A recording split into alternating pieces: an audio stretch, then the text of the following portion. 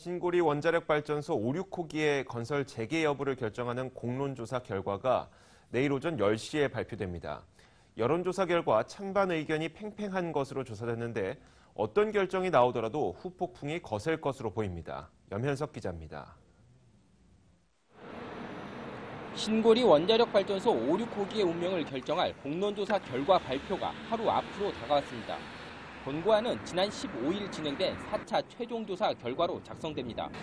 최종 조사 결과 건설 재개와 중단 의견 차이가 오차 범위를 넘어설 경우 공론화위는 다수 의견을 토대로 권고안을 작성합니다. 정부가 어떤 결정이 나오더라도 전적으로 수용하겠다고 밝힌 만큼 오차 범위 밖으로 결과가 도출되면 그대로 실행될 가능성이 큽니다. 문제는 조사 결과가 오차 범위 안으로 나올 경우입니다. 가장 최근 진행된 설문조사를 보면 건설 중단 43.8%, 건설 재개 43.2%로 오차 범위 내에서 초접전을 벌이고 있습니다. 실제 조사 결과가 이같이 오차 범위 내로 도출되면 공론화위는 공고안의 건설 재개 여부를 명시하지 않습니다. 공고안에 그동안 진행한 4차례 조사 결과만 서술하고 결정은 24일 대통령이 주재하는 국무회의에서 이루어집니다. 이럴 경우 정부가 어떤 선택을 하더라도 상당한 후폭풍이 예상됩니다.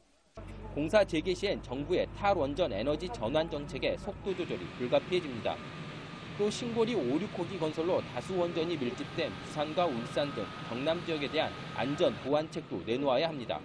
건설 중단 결정 역시 후유증이 만만치 않은데 원전 건설업체들과 정부 간 손해배상 소송 등 상당한 갈등 비용이 초래할 것으로 보입니다.